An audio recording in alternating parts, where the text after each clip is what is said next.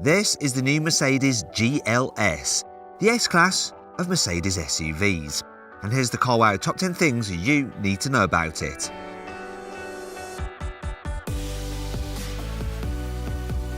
The new GLS might look big in pictures, but they don't prepare you for its planet-like proportions in the metal.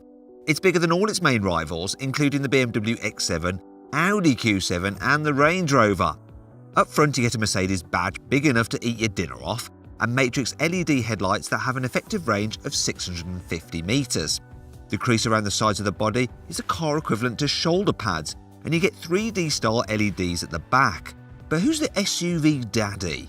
Click on the pop-out banner in the top right-hand corner of the screen to vote which you think has the most road presence.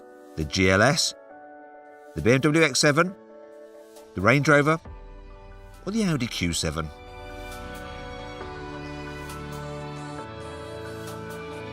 Inside, the GLS's plush interior will make your mates' SUVs look like four-wheeled squalor. For instance, leather doesn't just cover the seats, it's on the dashboard and the inside of the doors. The bits not covered in bovine are instead finished in open-pore wood trims, while all the switches are made from machined metal. Okay, so you don't get the S-Class's pretty circular air vents, but you do get a pair of butch grab handles big enough for an Olympic pommel horse. The GLS 580 is a model for you if you have access to a small oil field. Its turbocharged V8 petrol engine produces 489 horsepower and 700 Nm of torque, which is boosted by a further 22 horsepower and 250 Nm of torque thanks to a 48-volt power supply and an electric motor that can chime in to help the engine out when extra performance is needed. This mild hybrid system helps boost fuel economy, and Mercedes reckons the GLS 580 should be good for 28 miles per gallon. Be interesting what it actually does in the real world, won't it? As standard, the GLS gets the latest version of Mercedes MBUX operating system with two huge screens that sweep from behind the steering wheel to the centre of the dashboard. It understands voice commands and has cool augmented reality satellite navigation directions. Your passengers in the middle row can also be kitted out with infotainment courtesy of the optional rear seat entertainment system, which includes a pair of huge screens. If you'd like to reduce the amount of visits you have to pay to the petrol station, you'll probably want a diesel version of the GLS. There's two 3-litre 6-cylinder models to choose from, the 286 horsepower 350D and the 367 horsepower 450D. They do without the petrol's clever hybrid tech, but each return a claimed fuel economy of 37 miles per gallon, which is actually much better. They're also surprisingly clean thanks to an arsenal of catalytic converters, which help ensure they comply with the tough new emissions legislation that comes into force next year. Other SUVs may claim to be 7-seaters, but the Mercedes GLS is the real deal. Even its third row is big enough for adults well over 6 foot.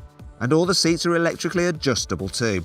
You can also swap the bench in the middle row for two luxurious captain seats. Carrying big loads is a GLS specialty. Its air suspension drops by 50mm to aid loading, and all the back seats fold away electrically at the touch of a single button. What's more, the GLS's maximum luggage capacity of 2,400 litres is almost 15% more than you can carry in a BMW X7.